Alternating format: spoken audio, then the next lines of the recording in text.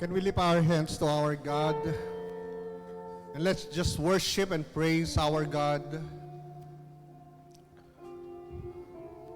Hallelujah. Lord, you are a magnificent God. You are our God. You are our Savior. You are our Redeemer. You are our King, O God. There is none like you, Jesus. Today, Lord, we just want to give praise and glory to your name. Truly, Lord, you are our health. You are our everything. And apart from you, Jesus, we are nothing. Kaya ang araw na ito, Panginoon, ay muling araw ng aming pagsamba sa iyong dakilang pangalan. Pinupuri ka namin, Jesus. Hindi lang kami nandito, Panginoon, para sa mga pansariling pangangailangan namin. Kung hindi, nandito kami, Lord, because we just want to bless your name, O God. No matter what our situation, O God, patuloy ka naming pupurihin, O Diyos. Dahil ikaw ay mabuti, Panginoon. Ikaw ay tapat sa amin, Panginoon. Hindi ka nagkulang sa lahat ng bagay. Kaya, Panginoon, tinataas namin ang aming mga kamay sa iyo. Tanda ng aming pagsamba sa iyong dakilang pangalan. Panginoon, salamat sa araw na ito na iyong ginawa para sa amin. Alam po namin, Panginoon, sa iyo walang aksidente. Patuloy mo kaming dinadala, Lord, sa lugar na ito. Hindi lang kami para matuto sa mga salita mo, kung hindi, magkaroon kami ng kapahayagan sa salita mo dahil ito ang maghahatid sa amin, O Diyos, sa patuloy na unting-unting pagbabago, Panginoon, na gagawin mo para sa amin. Kaya, Lord, sa araw na ito, sa pakikinig namin ng iyong salita, patuloy mong ikiling ang aming mga tenga, Panginoon, ang aming mga puso. Lord, let your word, O God, continue to search our mind, our thoughts, Lord, and our heart, Lord. Convict mo kami, Panginoon, sa mga bagay, Lord, na kailangan namin na mabago sa aming mga buhay through the power and the anointing of your Spirit, O Lord. Let there be deliverance, Panginoon, upon our life, O God. Ma-deliver kami, Lord, sa mga buhay, O Diyos, na hindi kaaya-aya o kalugod-lugod sa iyo, Panginoon. That's why, Lord, we thank you for your word na patuloy na nagiging pamantayan namin, standard namin in our life, Lord, na patuloy namin sinusunod at sa patuloy namin na pagsunod, Lord, sa mga salita mo, nakikita namin ang patuloy na magandang resulta nito, Lord, sa aming buhay at sa aming pamumuhay. Kaya, Lord, we also want to thank for the blood of our Lord Jesus Christ that continue, Lord, to give us protection, Lord, upon this world. Kahit na nandito kami sa mundong ito, O Diyos, pero patuloy, Lord, na binibigyan mo kami ng proteksyon, Lord, sa lahat ng mga bagay-bagay na hindi maganda, Panginoon, sa aming paligid.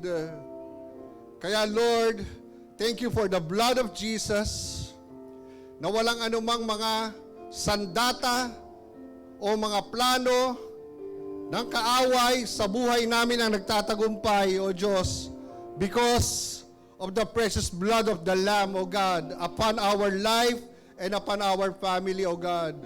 Continue, Lord, to cover this church, O God, with your precious blood. Continue to cover, Lord, all our leaders and disciples, O God, with your precious blood. Patuloy na protection mo, Panginoon, para sa amin. Salamat, O Diyos, through your blood. Pinalaya kami, O Diyos. We have been set free from all our sins and from all the curses in our life.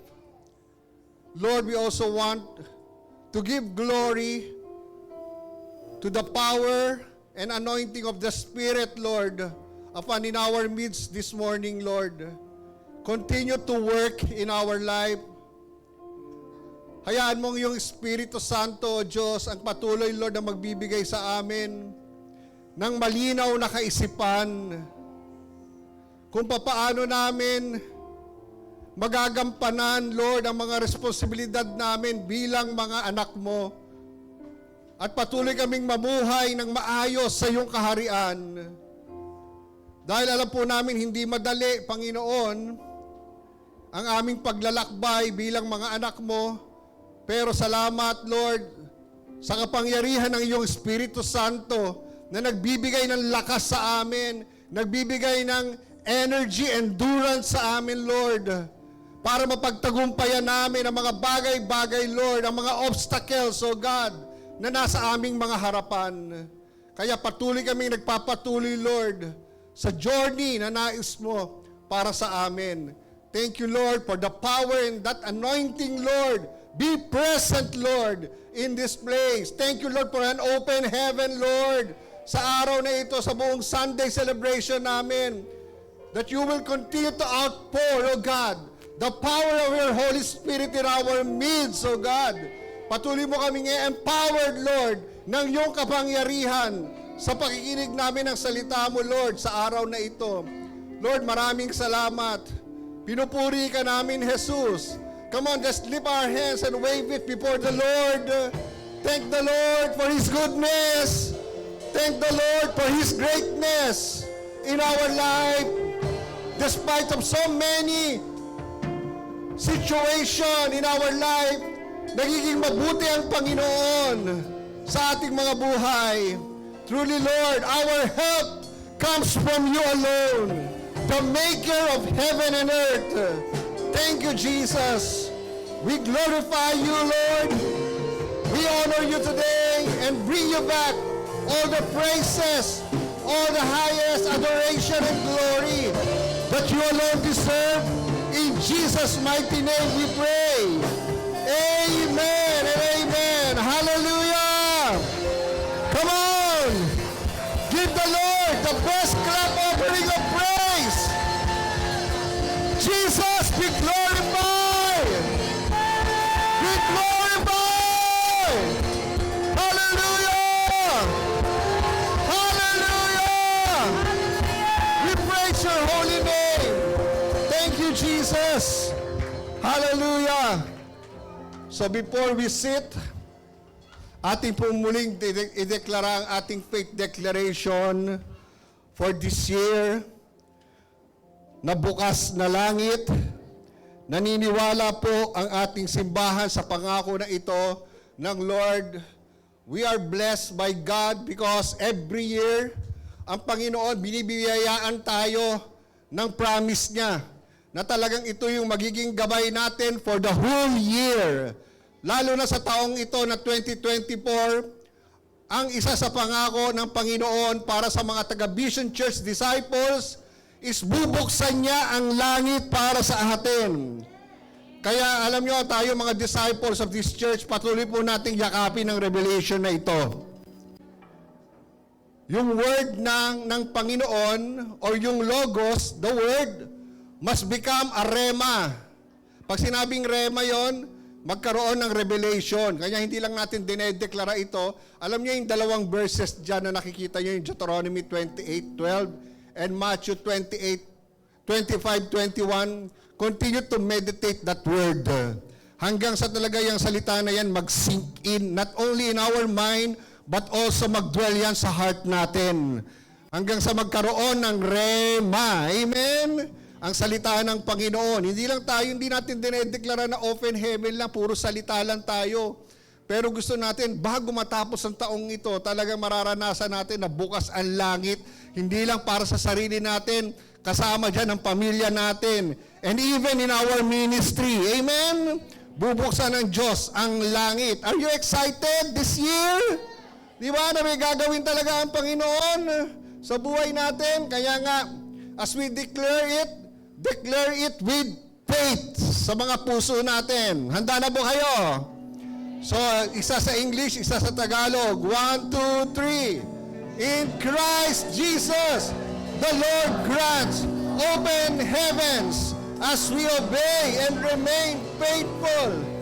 2024, sa sarili nating wika, kay Kristo Jesus, ang Diyos ang nagkakaloob ng bukas na langit sa ating pagsunod at pananatiling tapat sa taong 2024. Palakpakan natin ang Panginoon for an open heaven. So bago kayo umupo, sabihin mo sa katabi mo, kaliwat ka ng pinagpala ka, nandito ka ngayong araw nito. Kaya humanda ka sa himala ni Lord. Pagtapos na po, pwede na kayong umupo. Good morning. Hindi tayo naka-live ngayon. Naka-record tayo dahil mamaya i-upload na lang sa YouTube channel natin yung replay. Kanya yung mga nag-aabang sa live natin na mga malalayo, mamaya itag nyo na lang sila pag na-i-upload na sa YouTube channel natin yung ating service this morning. So handa na po ba kayo sa salita ng Diyos? Pero before na ipahayag natin ang Word of God today, syempre, lagi nating inuuna yung ating pagbibigay sa Panginoon ng ating mga tithes and offering. Amen? So last week, nabanggit ko, alam nyo, doon sa Deuteronomy chapter 8, na ang Panginoon, lagi tayong pinapaalalahanan na kapag tayo ay nakaranas ng pagpapala sa ating Diyos, syempre, hindi natin kakalimutan si Lord.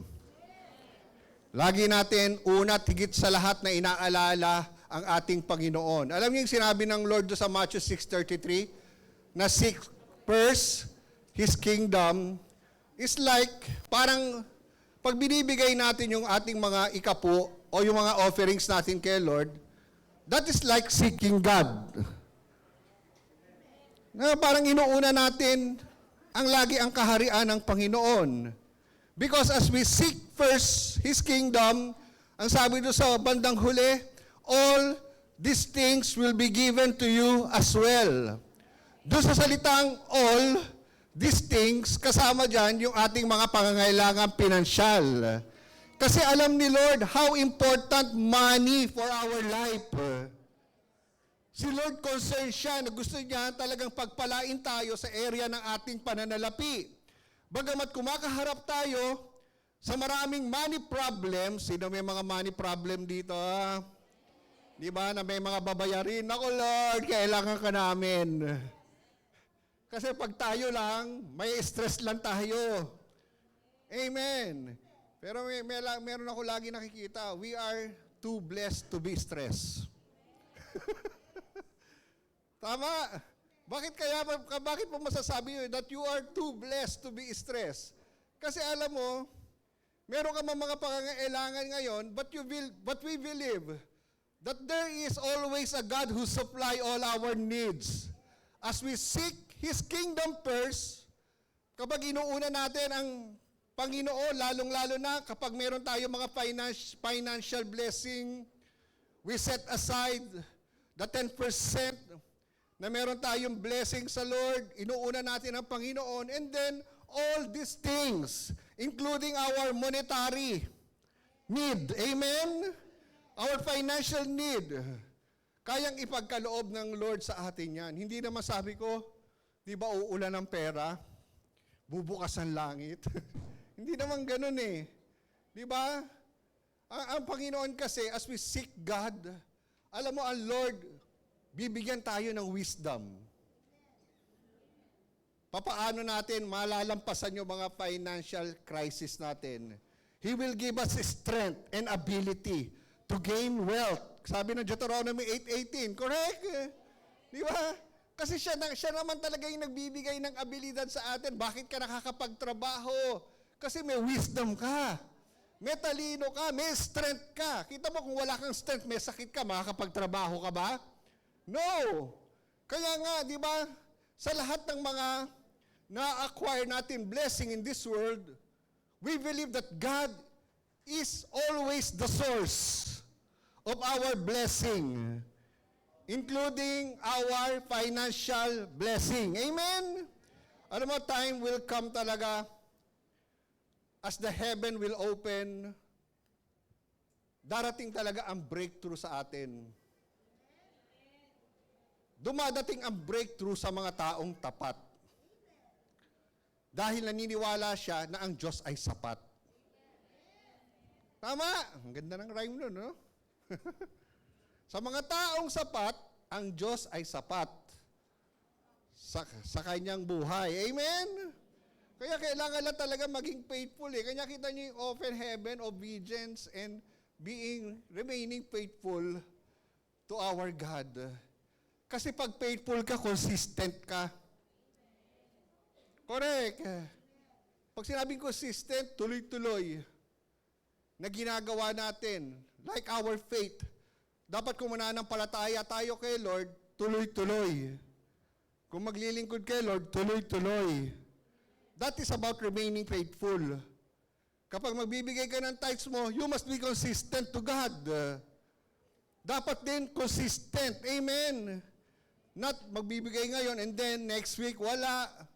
Pero I believe that every week God has a blessing para sa atin. May pinagkakaloob siyang pagpapalak. That's why, karapat-dapat lamang, it's really worth to honor our God kapag dating sa ating finances. Amen po? Kaya nga, ang taong ito, may outpouring ng Holy Spirit because the heavens are open. Siyempre, pag bumuhos ang banal na Espiritu, ibig sabihin yan, blessing din ang kasunod niyan sa mga buhay natin. So, handa na po ba kayong magbigay sa ating Diyos? Marami pa sasabihin sila, parang hindi pa kayo handa Gisingin mo nga yung katabi mo kasi pag umaga, talagang tulog pa Espiritu niyan Sabi mo, hoy, gising! Pag nakita mong pumipikit-pikit yan, sampal-sampalin mo lang para magising yan. Kasi baka mamaya may sasabihin si Lord sa'yo, mamimiss mo yan. Tama? So, handa na ba kayo magbigay? Taasan natin ang mga offerings natin, ang mga seed pledges natin sa Lord. Let's pray for them. Father, we honor you once again with our tithes and offering and seed pledges. We believe, Lord, that you are the source of everything na tinatanggap namin that we receive in our life, including, Lord, our financial blessing. Kaya, Lord, ito mga tithes and offering namin, sineset aside lang namin yung para sa iyo. We just remember you, O God, that you are the one who gives us the ability, the wisdom, to gain wealth in this world, Lord. Kaya pinagpapala ang aming mga buhay. Lord, we also want to thank you for the blood of Christ that breaks the curse, that redeems us from the spirit of poverty, O God. Kaya Lord, salamat Panginoon for every spiritual blessing in the heavenlies. That time will come, that the due season will come in our life, Panginoon, na talagang hindi lang shower of blessing, kundi Lord, talagang mararanasan namin ang mga bagyo ng pagpapala mo, O Diyos, sa aming mga buhay. Kaya Lord, as we give today, this is our act of faith, Lord, na hindi man lang namin alam kung kailan babalik ang tinanim namin, pero alam po namin, Ikaw ang Diyos na tapat, Panginoon, that as we give, it will bring back to us, Lord, a good measure, pressed down, shaken together, and running over, Lord. Thank you, O God. Hayaan mong maniwala kami, Lord God, na malapit na, Panginoon, ang due season namin, ang breakthrough namin, na iniintay namin sa aming mga buhay. Lord, patuloy mo kaming gawing obedient and faithful, Lord, in our giving, O God, para makita namin ang mahimalang kamay mo, Panginoon, pagdating sa aming mga finances. Lord, we thank you and we just want to glorify you and honor you with our giving this morning. In Jesus' name we pray. Amen and amen. So magbigay po tayo cheerfully.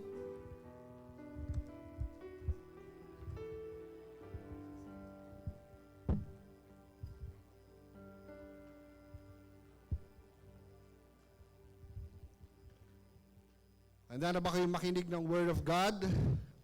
Today, I pray na ang Panginoon na talagang sa umagang ito araruhin niya yung mga puso natin. Para kapag si Lord naghasik siya ng kanyang salita, yung binhi ng Word ng Panginoon maitanim talaga sa puso natin. I pray na walang maging pusong tigang sa umagang ito. I pray na hindi lang iilan ang matouch ni Lord today, kung hindi karamihan matouch ng Panginoon. Amen? Sa araw na ito, para ganun, uuwi tayo talaga na dala-dala natin yung pag-asa na meron ang Diyos para sa atin. Kaya alam nyo, one of the purpose kung bakit tayo nagpupunta dito every Sunday is because we want to make our life firm. Sabihin nyo, firm. Tapos, and unshakable. Yun ang gusto natin mangyari. Gusto natin yung life natin maging matatag tayo at maging unshakable tayo na hindi tayo basta-basta natitinag lang. Nasi-shake lang. Kasi maraming mga bagay sa mundong ito ang pwedeng makapagpa-shake sa ating buhay. Tandaan nyo, sabi nga doon sa Hebrews, yung kingdom ni Lord, darating ang time na talagang it will be shaken. Bakit kaya magkakaroon ng shaking sa kingdom ni Lord? Para yung mga nasa-shake, talagang maihiwalay dun sa unshakable Tama? Diba? Para maihiwalay talaga yung mga, kanya nga kailangan talaga, alam nyo, lalo na sa panahon natin, kailangan natin maging matatag. Kailangan natin maging unshakable. Kasi pag hindi nangyari sa atin yan, grabe, hindi yung buhay natin, hindi tayo may establish sa Panginoon. Kasi alam nyo, araw-araw maraming problema. Yung problema pa naman, hindi nagpapaalam. Bigla-biglang dumadating yan. Kaya pag hindi ka handa, pag dumating ang problema, lalo na kung matindi yan, baka nawindang ka na. Baka nasira na ulo natin. Amen? Hindi na natin alam ang gagawin. Kaya napakahalaga. Di ba? Na tayo bilang mga disciple ng Panginoon, dapat maging firm and unshakable tayo. Para pagdating ng mga problema sa buhay, nananatili ka pa rin nakatayo. Hindi ka basta-basta natutumba ng mga problema na yan. Para kang cedar of Lebanon. Natataka ako sa Lord, di ba? Doon sa Psalms, lagi nyo mababasa yung cedar of Lebanon Alam niyo yung cedar of Lebanon, it grows up to 100 feet. Ganong kataas yun. At kahit na ano pa mang malalakas na bagyo, ang dumating, hindi lang siya mataas Kung hindi, ang pinakamahalaga doon sa cedar of Lebanon, yung root niya. Yung pinakaugat niya. Amen? Malalim yung pagkakaugat niya. Kaya nga, kahit tumayo siya ng 100 feet, ganun kataas yung cedar of Lebanon, kahit na anong tindi na bagyo ang dumating, nasi-shake man siya, pero hindi siya nabubunot agad-agad. Para tayong ganun dapat maging cedar of Lebanon tayo. Pwedeng ma-shake tayo sa mga problema. Tama? Pero, dapat hindi ka mabubunot. Sabi mo sa katabi mo, huwag kang magpabunot. Hindi nangipin. Kasi kita mo yung ibang mga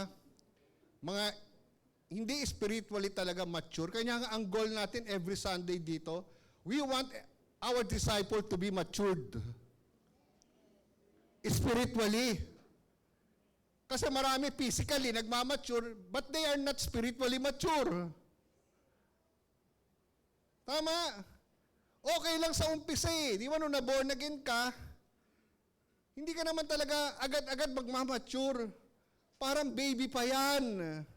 na kailangan alagaan. May mga disciple, yung mga leader dito, may mga disciple ba kayo na parang baby? Huwag niyong gawing spoiled yan. Minsan nagiging spoiled brat yung mga yan eh. Tama? Hambalusin nyo naman minsan. Hindi. Parang ano yan, di ba sa Proverbs, train up a child? Aalagaan. Kasi pag ikaw disciple ka tapos na-spoil ka, nag-spoil, parang spoiled brat, hirap ng patinuin yan. Correct? Kaya dapat habang ano pa yan, baby pa yan, hinahambalos na yan. Ibang hambalos, di ba, word of God. Talagang inaalagaan sa prayer. Parang dinadaya pa rin, di ba? Para si Baby Luke. Inaalagaan, hindi mo pwede pabayaan kasi pag pinabayaan, mamamatay. Hanggang sa yung ugat niyan, unti-unting tumubo. Correct? Kasi togi pa lang yan eh. Tingnan mo yung katabi mo kung togi pa lang. Sana hindi maudlot. Kaya maraming mga Kristiyano naging togi. No? Hindi lumago, hindi nag-mature.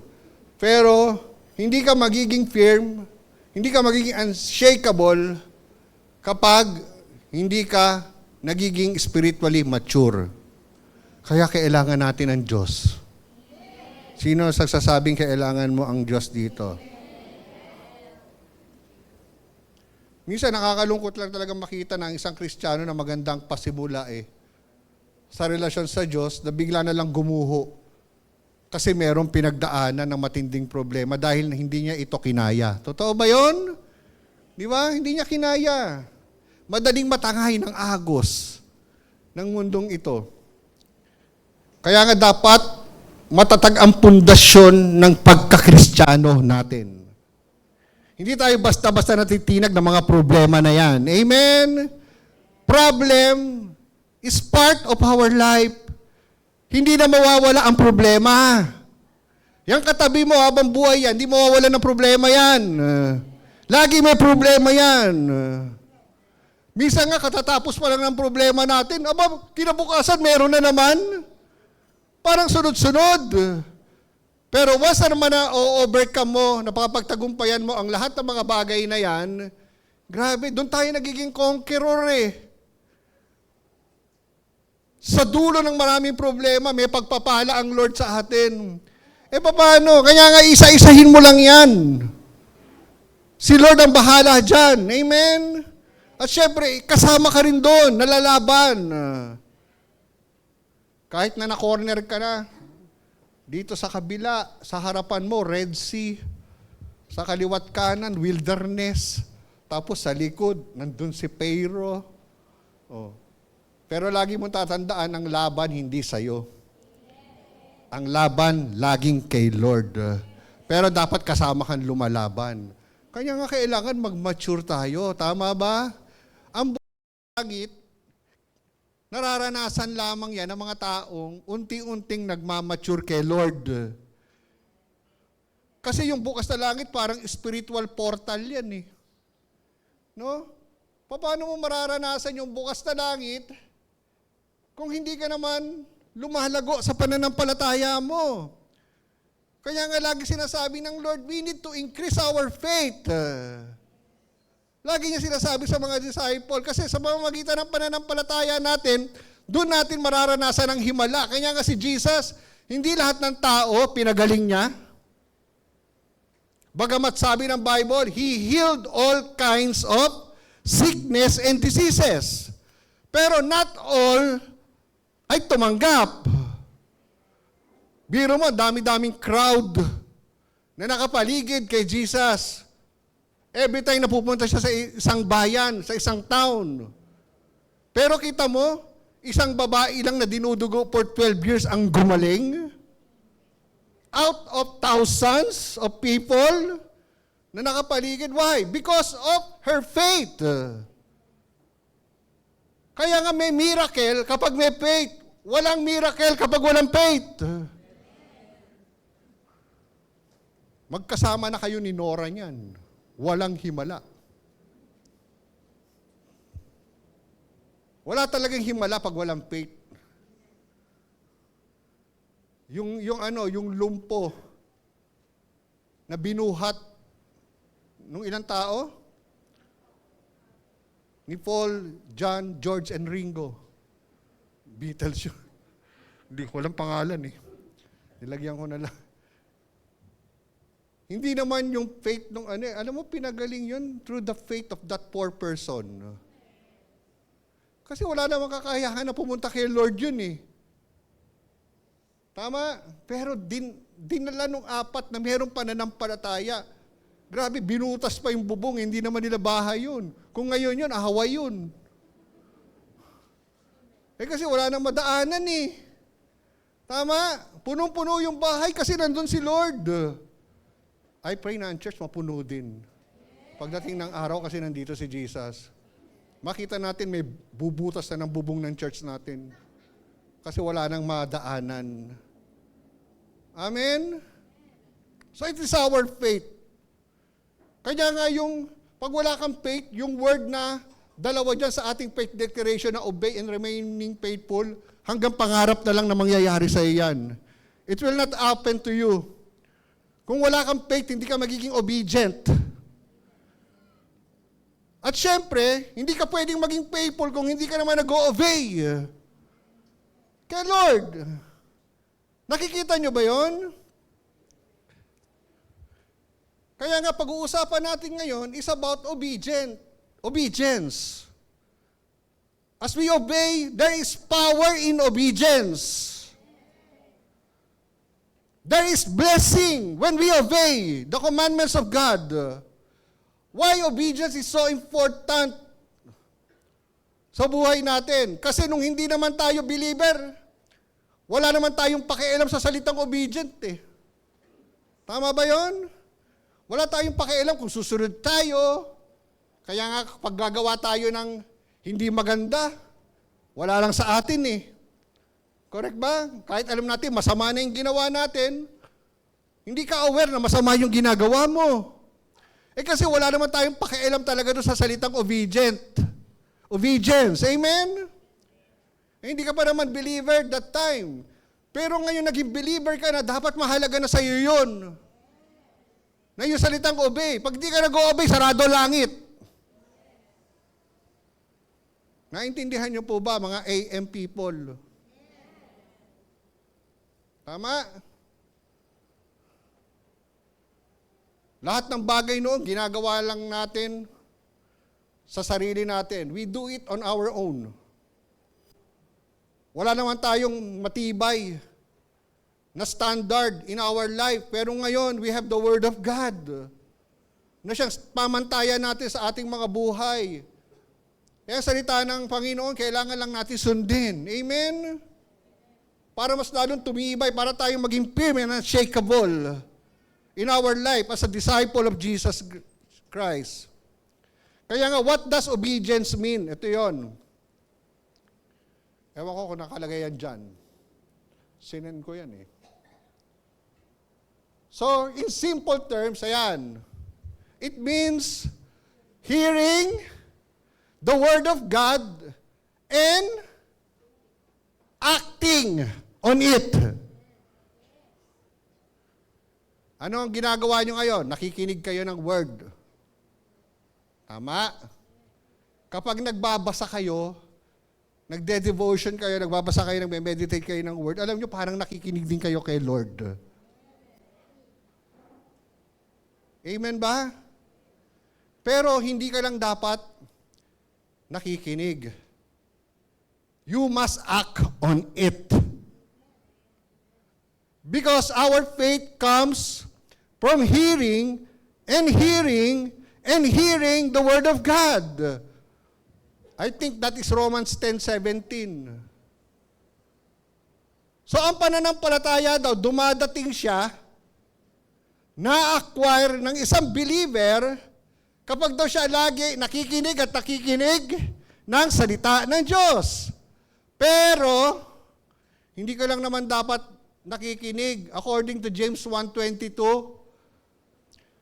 we are not hearers only, but we are doer. Pag sinabing doer, pag sinabing act on it, ina-apply mo sa buhay mo ang salita ng ating Panginoon. Because faith without action is dead.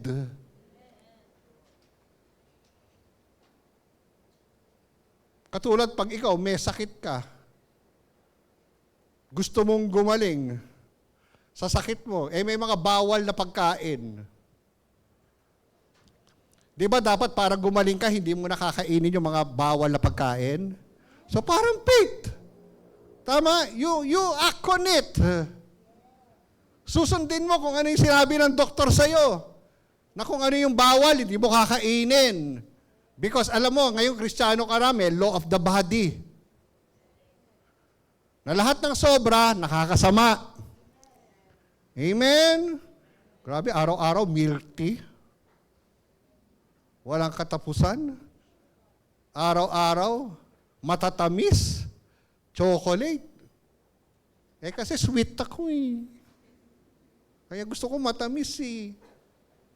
Araw-araw, baboy.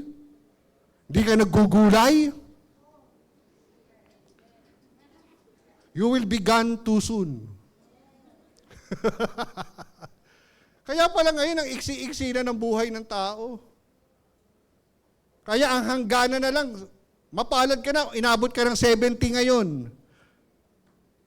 Kasi sinasabi nga ng doktor, lahat ng sakit galing sa kinakain.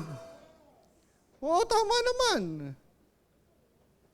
Ngayon pa naman, ang daming mga pagkaing preservative, no, yung processed food, araw-araw hotdog. Naku po. Araw-araw silog. Naku po. Pag ganyan ang ano mo, ang payo ko sa'yo, kumuha ka na ng St. Peter Lifeline.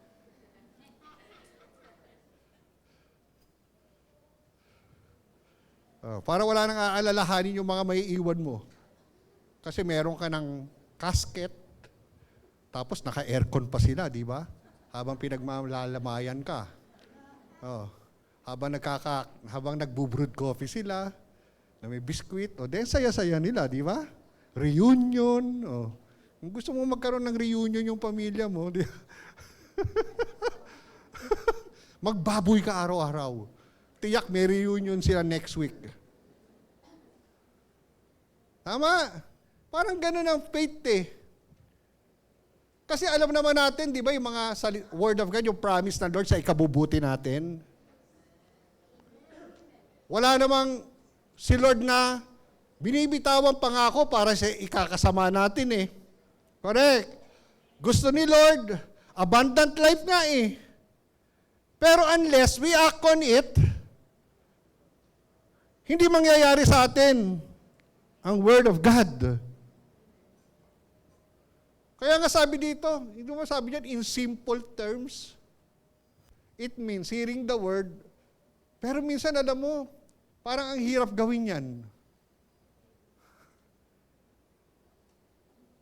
Kasi nga mahirap talaga mag-obey pag walang faith kay Lord.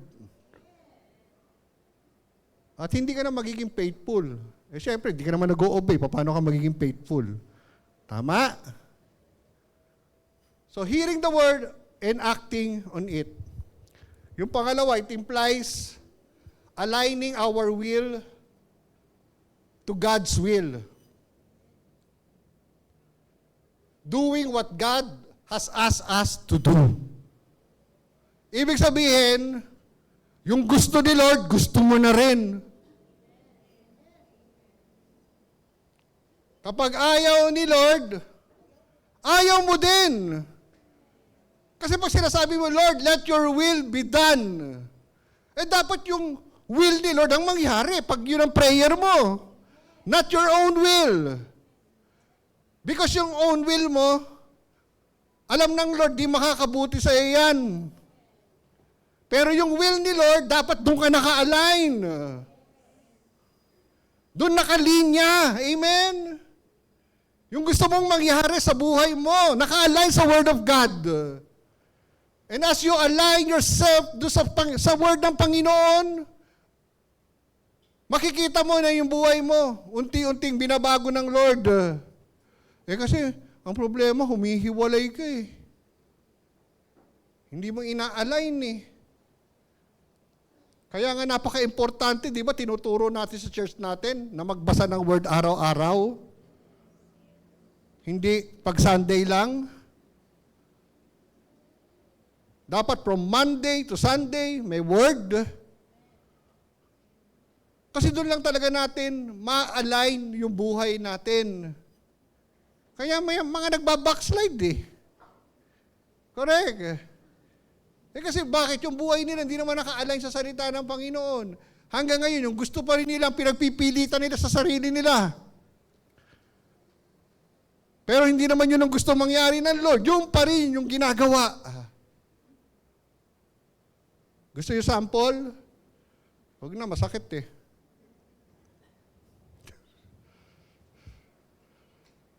Baka hindi na kayo bumalik eh. Kailangan, laging naka-align doon sa kalooban ng Panginoon. Not our will. Amen. May natututunan ba kayo? Wala pa ako sa outline ko yan. Introduction pa lang yan. Yung pangatlo, it is when we completely surrender to His authority and base our decision and our action on His Word. I'd like the word surrender to His authority. No? Di ba nung tinanggap natin si Jesus as our Lord and personal Savior, ano yung sinabi mo? Lord, tinatanggap kita na maging Panginoon at tagapagligtas. Dalawang bagay si Lord sa buhay natin nung tinanggap mo. Hindi lang siya Savior. Alam na ng karamihan niya, Jesus is a Savior. But not all people si Lord Panginoon. Kasi Panginoon, Master di ba? So, hindi mo pwedeng tawagin si Lord ang Panginoon kung hindi mo naman sinosurrender yung buhay mo sa Kanya. Savior mo lang siya. But He is not your Lord. Kasi pag Lord mo si Jesus, nakikita dapat niya sa salita mo, sa action mo. Amen. At ngayon, lahat ng mga decision mo sa buhay, at yung mga gagawin mo, dapat always in line to God's Word. Alam mo, pag meron kang problem, salaksikin mo yung Word of God. Yan yung maging meditation mo instead of your problem. Amen? Kasi pag puro problema na lang yung lagi nating iniisip, sasakit lang ang ulo mo dyan. Bibili ka ng isang set na katingko. Iba-ibang form. May liquid, meron parang roll-on, may cream. Lahat ng klaseng katingko. Gabi, 20 years old nga, nagkakatingko na eh. Ang babata pa, dami nang sinisinghot.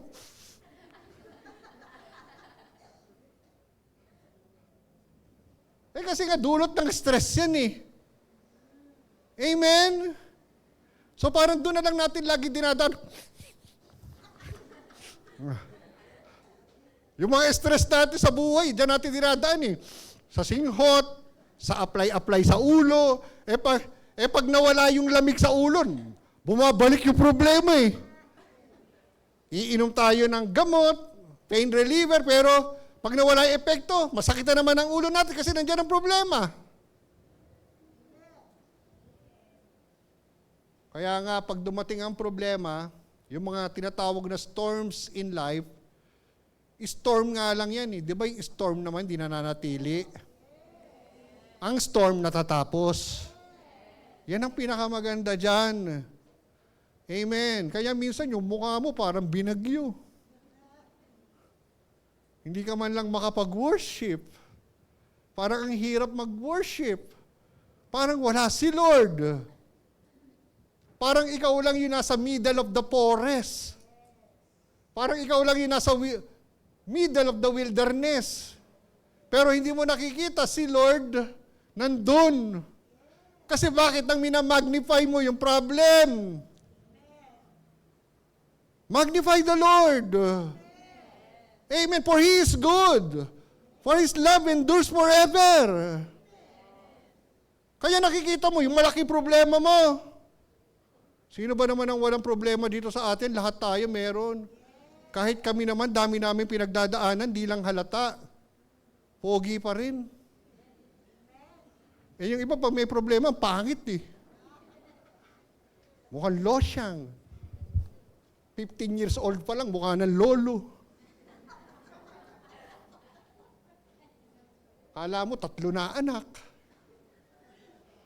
Amen?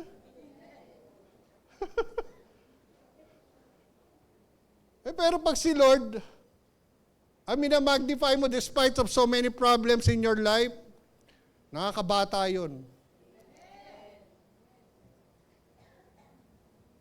Dahil alam mo, sabi ko nga kanina, you are too blessed to be stressed by those problems in your life. Kaya nga I pray, sana si Lord, hindi lang siya Panginoon. Sana maging Panginoon ng buhay nyo. And we believe that God's Word, salita niya ito, it is living and powerful, sharper than any two-edged sword.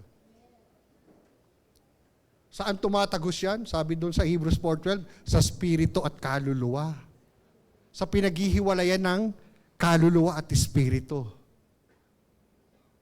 Kaya nga, pag tinatanggap natin ang salita ng Lord, kahit masakit, pag tumago sa espiritu mo yan ang magpapamature sa iyo spiritually. Kaya may problema ka man ngayon, hindi mo naisipin ang problema mo dahil isipin mo na may Diyos. Na sa storms mo sa buhay, dadaan lang yung storm. Kahit signal number 5 pa yan. Aalis sa buhay mo yan. Sino yung may mga storms dito? Mamaya lang, paglabas mo dito, wala na yan eh. Lalabas na yan eh. Correct? Kasi dadaan lang sa iyo yan. Hindi ka kayang wasakin yan. Pwede kang i-shake niyan. Pero hindi ka kayang wasakin ng mga storms in life. Hallelujah! Palakpakan natin ang Panginoon.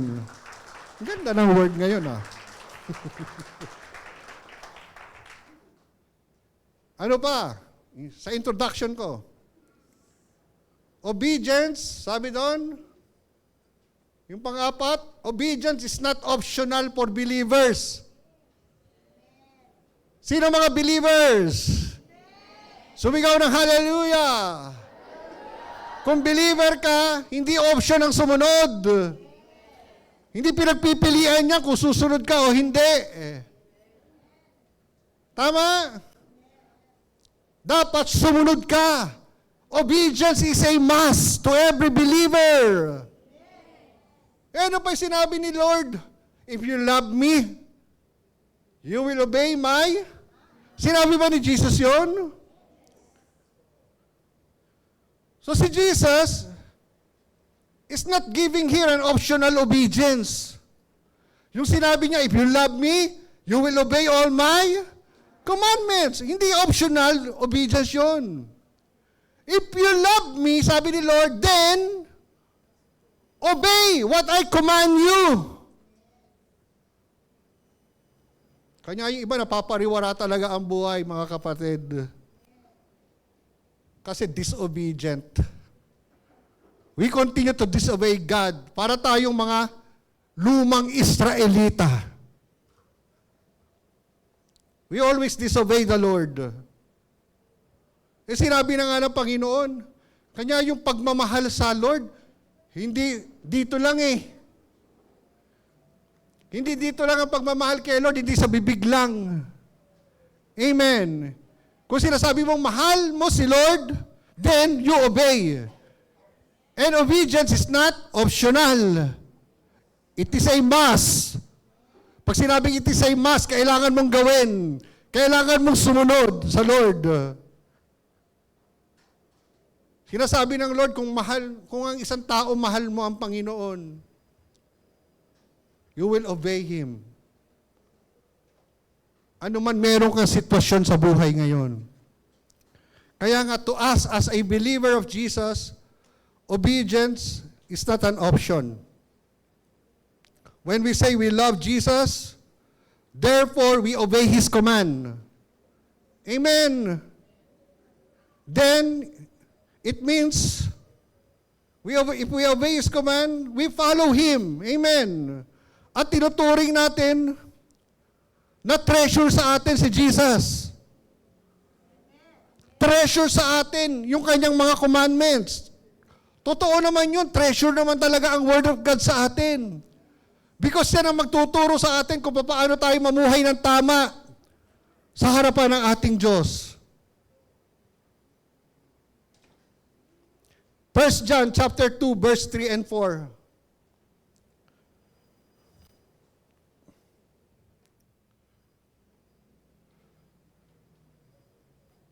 1 John chapter 2.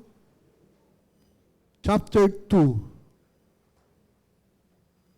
Yan. Ano yung sabi dyan? Now by this we know that we know Him, if we keep His commandments. Sa verse 4, sabi doon, he who says, I know Him, and does not keep His commandments, is a liar. At alam naman natin, liar go to church. Anong hell? Gusto mo hell agad? Church ka muna.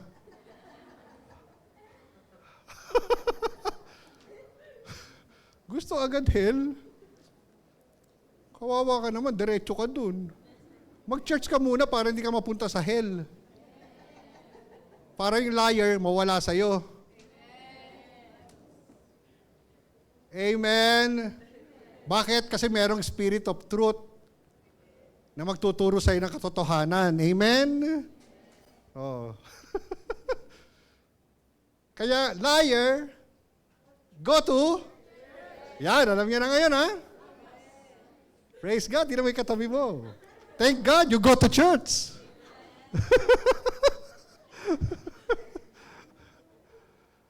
Salamat na, nandito ka sa church.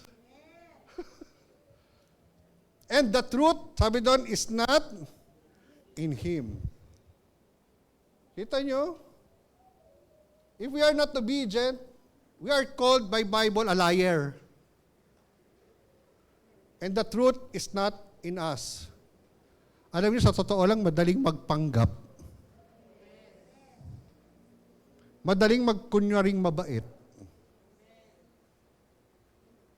Pero kaya nga si Lord hindi tumitingin sa itsura ng tao eh. No? Buti na lang ang Lord ganun. Tinitignan niya yung puso ng tao. Paano na lang kaya kung itsura? Baka hindi kami nakapasa.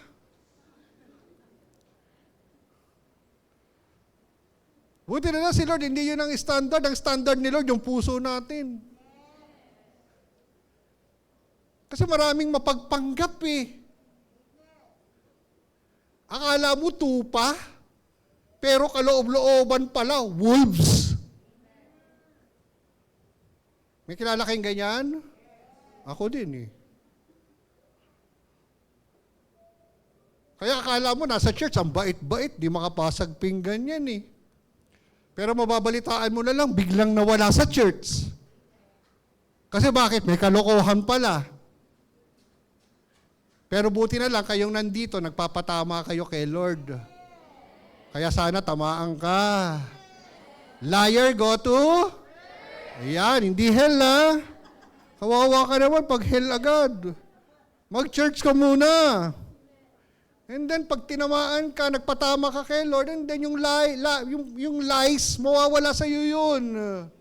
Because the Spirit of truth is in our life. Hallelujah. Kaya nga, sa church natin, 3 bagay yung pinapahalaga natin. The power of the Word, the power of the blood, and the power of the Holy Spirit na tinuro ko last week. Correct? Doon sa Joel, di ba na-envision niya that darating ang time that God will pour out His Spirit to all flesh. Not unlike dati in the Old Testament, pili lang kung sino yung pinananahan ng banal na Espiritu. Only the kings, the prophets, and the judges that time. At yung mga ordinaryong tao, walang Holy Spirit yun. Kaya kung ano lang yung mga sinasabi ng kings, sinasabi ng prophets, sinasabi ng mga judges, yun ang sinusunod nila. Amen. Wala silang sariling conviction. But now, di ba sabi, ng ating Panginoon, ipapadala ko ang Espiritu that He will be your helper. Kanya nga yung open heaven, that is the outpouring of the Holy Spirit sa life natin. Amen. Na magbibigay sa atin ng mga personal conviction.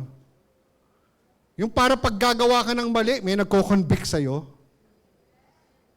Pag meron kang iniisip na mali, palang sa isip mo, si Holy Spirit, chini-checkpoint niya na yan.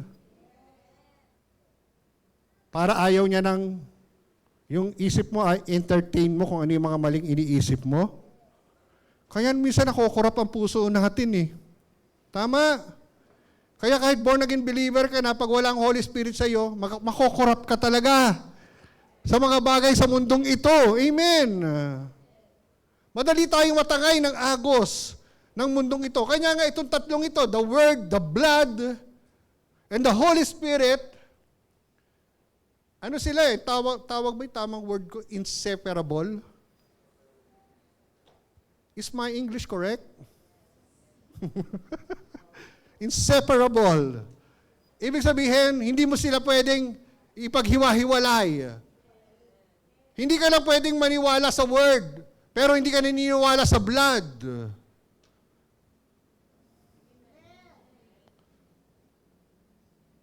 Hindi naniniwala ka lang sa blood, pero hindi naman sa Word.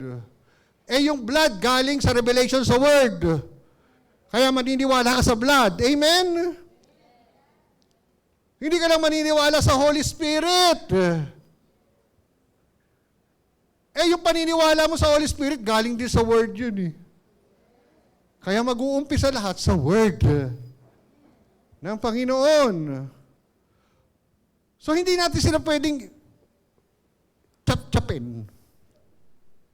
Kaya maraming mga Kristiyano, chap-chap ang buhay Naniniwala lang sa Word, but they don't believe in the power of the blood. Alam naman natin ang kapangyarihan ng dugo ni Jesus. The blood of the Lamb. Alam niyo ba kung gaano ka-powerful ang the blood of the Lamb? He cleansed and washed away all our sins. Nilinis tayo, hinugasan. Hindi tinakpan. Noong Old Testament, ang ginagawa lang ng mga priest, ini-sprinkle ang blood sa altar para pagtakpan. Pero yung blood ni Jesus, hinugasan niya ang lahat ng mga kasalanan natin. Amen? Alam niyo kung bakit sa lamb, bakit lamb ang tawag kay Lord? Ganito pala yung lamb napag-alaman ko. Yung tupa ka, alam niyo, yung parang pag kinagat siya ng ahas, makamandag na ahas ay kakagat sa tupa. Alam niyo yung tupa, hindi siya mamamatay. Magkakaroon lang siya ng magiging parang pagalang yung kinagat ng ahas sa kanya. Pero later on, yung tupa, mabubuhay yon. Kasi bakit? Yung dugo ng tupa may antidote. May para sa mga binom. Kahit matitinding binom pa yung kumagat sa tupa, yung tupa mabubuhay. Mamamatay lang siya pag kinatay. Pero pag tinuka siya ng aso, any na makamandag na hayop, yung tupa buhay. Kasi bakit? Yung blood niya may antidote. How much more is the blood of our Christ? Kanya nga, the blood of the Lamb pala. We overcame Him. Revelation 12:11. Paano daw natin ma-overcome? All the works of the devil. Na-overcome ka lang ng mga problema mo, ng sitwasyon mo, because you don't believe in the power of the blood. Even sickness, kayang pagpagalingin ng banal na dugo ng ating Panginoong Jesucristo. How many of you believe gagaling ka today? In your sickness. Yung kamag-anak mo may sakit, pagagalingin ni Lord through your faith as you apply the blood of Jesus. Ganun makapangyarihan kahit poverty nga eh. Kahit wrong image nga eh. Amen? Etong mga kamay na ito, bakit ito pagpapalain ng Diyos? Kasi hugas ng dugo ng Panginoon. Even yung mga paa mo, bakit bumabalik ang right purpose ng life mo? Because yung paa mo, hugas ng dugo ni Jesus. Kaya ngayon, unti-unti kang binalik doon sa tamang purpose ng buhay mo, and that is to love God and to love people. And dati, saan ka ba dinadala ng paa mo? Lakwat siya dito, lakwat siya doon. Sa inuman. Amen? Kasi nasa maling purpose ka ng buhay mo. Pero ngayon, dinadala ka ng Lord sa tamang purpose ng iyong buhay. Bakit? Na-redeem na yung mga paa mo. Pati isip mo. Amen? Maling pag-iisip mo. Lahat ng mga negatibong pag-iisip, sinagot na rin ni Lord yan. Pati sama ng loob mo. Di ba pinag-aralan natin yan ng mga nakaraang ano? Hindi kasi pwedeng maging present ng Holy Spirit sa iyo kung you are full of resentment. You are full of offenses. Araw-araw may mga tao makaka-offend sa atin. Paano kung lagi may makaka-offend sa atin tapos magmumukmuk ka? Yan pa ang dahilan na maging pagkawala mo sa simbahan. Amen? Hindi. Araw-araw may offenses. Mamaya paglabas mo, may mangiinis na sa'yo. May magsasabi ng pangit sa'yo. Tama? Anong option? Anong option dapat pag may mga ganun tao sa life natin? Lalo na yung mga disciple mo na kinokorek mo ng mga matitigas ang ulo, na-open lagi yan. No? Walang ibang option siguro. Sabi ko nga sa inyo, lagi ko sinasabi sa inyo, kung ako, sama lang ng loob ang tinignan ko lagi all the days of my life, baka hindi na ako pastor ngayon. Kung puro sama ng loob na lang kakanlungin ko, araw-araw din maraming mga tao makaka-open sa iyo. Mamaya may mag-chat-chat ng hindi maganda sa iyo, correct? Oo. Tapos ipopost pa, patatamaan ka. Ganyan na ngayon eh. Patamaan na lang sa Facebook eh. O block ka, tapos ibablock mo naman. Para ayaw mo na makita yon. O kaya i-unfollow mo na. O masama loob mo. Lord, forgive me, Lord, sa mga taong in-unfollow ko. Lord, forgive me sa mga taong blinakot na inis ako, Lord. Thank you for your blood.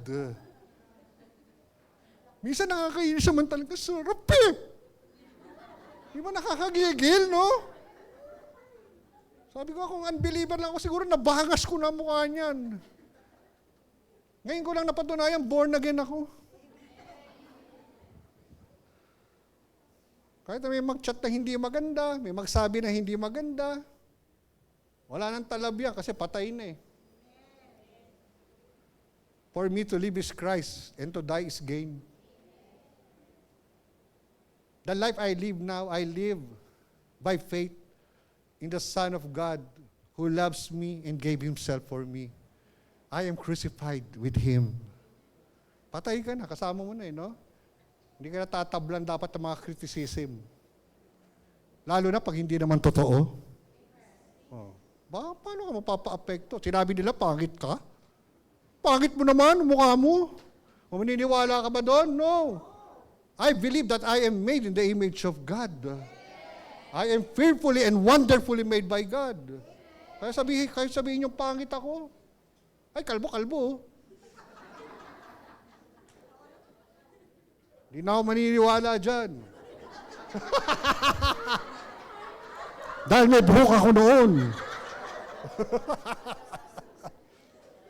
Ano wala buhok? Ano kalbo? Yan o. Oo, kalbo ba yan?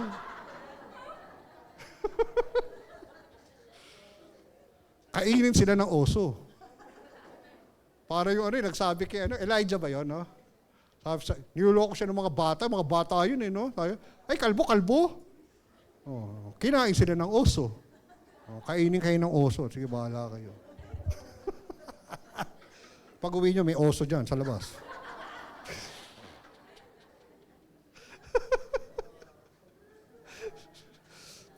Saan ba tayo? Sa oso? So, hindi pwedeng chap-chapin yung tatlo, di ba? Kung maniniwala ka sa word, dapat maniwala ka rin sa blood. Apply it every day sa life natin. Amen? Kasi hindi natin alam kung ano mangyayari sa buong araw na yan. Sabi ko, ang problema pa naman, hindi ka kakalibitin, sasabihin sa'yo ng problema, hoy, punta ako dyan ngayon. Manda ka. Hindi, biglang darating yan eh. Hindi naman napapaalam yan. Tama. Pag dumating yan, hindi ka handa, lagot ka. Kaya nga we believe in the power of the Word, blood, and the Holy Spirit. Kaya nga ang open heaven is the outpouring of the Holy Spirit in our life. Naku, wala na akong oras. Kaya ano ko na lang, ipapass forward ko na lang ang outline. Kaya nga dalawang ano lang ang daan lang ang pwede mong lakaran. The path of obedience or the path of disobedience. Either you obey or disobey. Kasi kapag tayo lumalakad tayo sa tinatawag na path of obedience, hindi mo makikita yung future. Pag tayo lumalakad doon sa path of disobedience, hindi mo makikita yung future consequence na ginagawa mong mali ngayon. Ibig sabihin, bulag ka sa spiritual. Kaya kahit mali na, patuloy mo pa rin ginagawa. That is the path of disobedience. Maraming mga tao ganun. Yung akala nilang tama sa kanila, mali pala. Pero pag ikaw naman lumalakad ka doon sa tinatawag na path of obedience, kapag tayo nag-obey, nararamdaman mo yung hirap ng pagsunod eh. Mahirap sumunod, correct? Yung talagang papapigil ka sa sarili mo. Pipigilan ko munang hindi magjowa, Lord. Kasi nag-aaral pa ako. Tama? Kasi wala naman pa ako, Lord, na ipagmamalaki, Lord. Eh. Wala pa akong bahay, Lord. Wala pa akong stable job. Saan ko papakainin to, Lord? Kawawa naman tong anak ko, Lord. Ang mahal pa naman ng gatas ngayon, 1/8. Yun ang iisipin mo, nasa path of obedience ka eh. Ang mahal pa naman ng panganganak ngayon, karamihan pa naman ng mga doktor, cesarean ang gusto.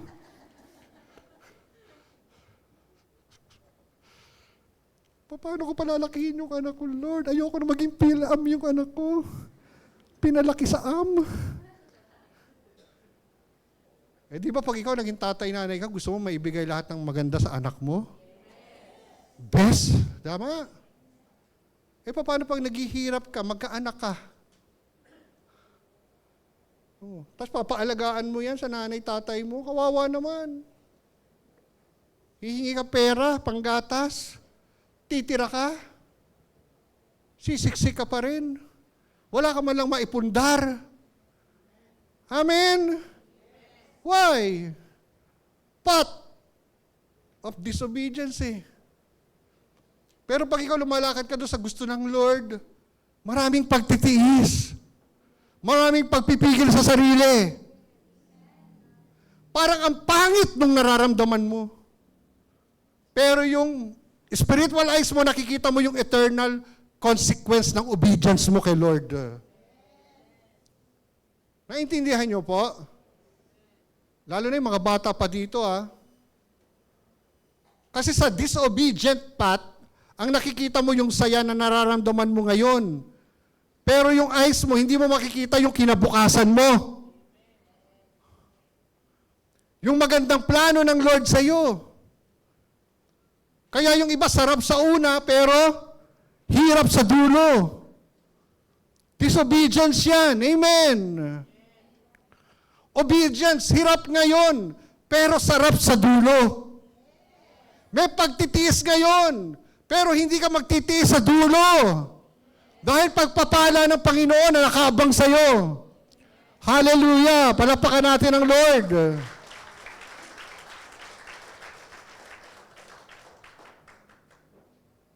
Kaya gusto nyo? Tawa ngayon, iyak later. Tama?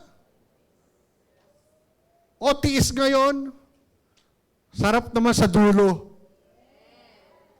Kaya nga ang tanong ko sa inyo, what path do you want to walk? Ang desisyon, wala sa leader mo, wala kay pastor. What ang desisyon sa iyo? Kung ano ang lalakaran mo. Nakakalungkot lang, maraming lumalakad, even Christians, doon sa path of disobedience. Hindi pa rin nila nakikita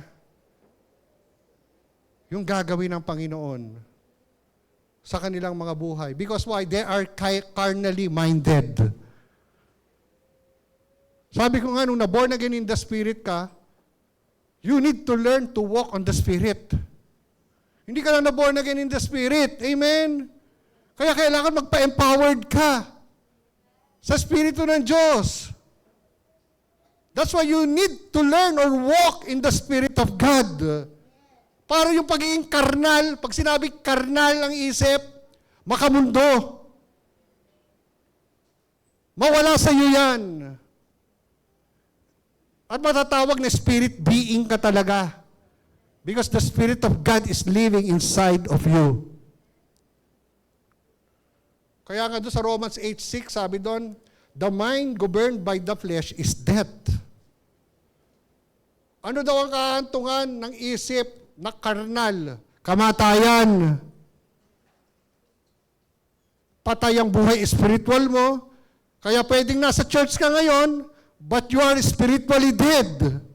At kapag spiritually dead ka, you cannot walk in the path of obedience. Wala kang conviction. Wala kang discerning spirit. Kaya kahit mali, gagawin mo. Kahit na anong ialok sa'yo ng mundong ito, kahit masama, lalaklakin mo. Tama? Kaya huwag niyo sabihin, born again kayo, hindi mapapahamak ang buhay niyo. Hindi. Kahit born again ka, pwede kang mapariwara. Kita niyo yung mga born again daw sila na hindi lumalakad sa Espiritu ng Diyos. Walang conviction yan. Walang discerning yan. They still do it on their own. Amen? Para silang Nike. Just do it.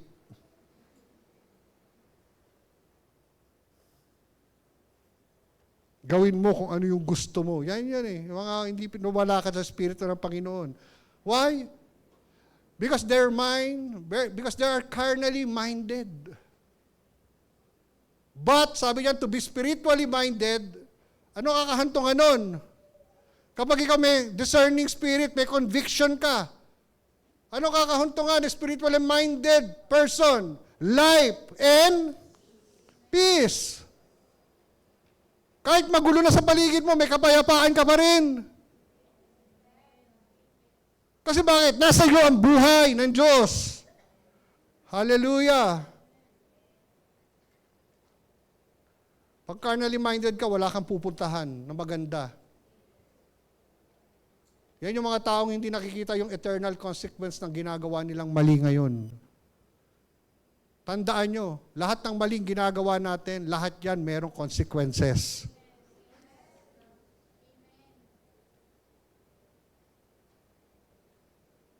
Lahat yan may epekto sa ating kinabukasan. But our obedience produces success in life. Hallelujah. Amen. Pag sunusunod ka, hindi, you will be successful. Sa buhay mo, hindi ka lang magiging successful. Mananagana ka pa. You will be prosperous. Pasasaganahin ka ng ating Panginoon. I pray na talagang tayo maintindihan natin yung salitang ito. Kasi heaven will not be open unless we learn to obey God. We learn to obey His Word. We learn to obey the conviction of the Holy Spirit in our life. Alam mo, itong taon na to, pagkakataon mo nang ma-empower. Pagkakataon mo na maranasan ang kapangyarihan ng Diyos sa iyong buhay. You will not reach success in your life kapag patuloy nating ini-ignore ang kapangyarihan na ito sa ating buhay. You will not reach your promised land. Para lang tayong mga Israelite. Kaya nga, yung pagiging born again natin, surrender your life to the Holy Spirit. Araw-araw sabihin mo sa Holy Spirit, sunugin mo nga yung mga mali sa buhay ko. Sunugin mo nga, Lord, yung pagyoyosi ko. Hindi naman madaling matanggal yun eh. Pero alam mo, unti-unti, as you surrender your life to the Holy Spirit, unti-unti matatanggal sa iyo yan. Lord, sunugin mo nga yung mga maling bisyo sa katawan ko, Panginoon, na alam ko naman makakasama sa akin, pero patuloy kong ginagawa eh. Lord, empowered me, Lord, na makaya ko ito. I need your Holy Spirit, Lord. Aanhin ko ang success in life. Aanhin ko ang comfort sa buhay kung wala naman ang Holy Spirit sa buhay ko. Hindi rin ako magiging masaya. Amen? Kaya gusto ko, Lord, yung pagdadalhan mo sa akin na maganda, gusto ko kasama ko ang presensya mo doon. Gusto ko empowered ako, Panginoon. Dahil hindi porket maganda yung pagdadalan mo sa akin, wala nang problema. Hindi porket mararating ko yung success ko sa buhay, wala nang problema. But Lord, I need your power in my life. Kaya sana I pray, hindi lang kayo maborn again. Desire to be empowered by the Spirit of God. Amen? Meron tutunan ba kayo today? Hindi ko na tinapos. Alam ko, sapat na yan. Kaya nga, matutunan nyo po na sumunod sa ating Panginoon. Asa na yung ating tagatugtog?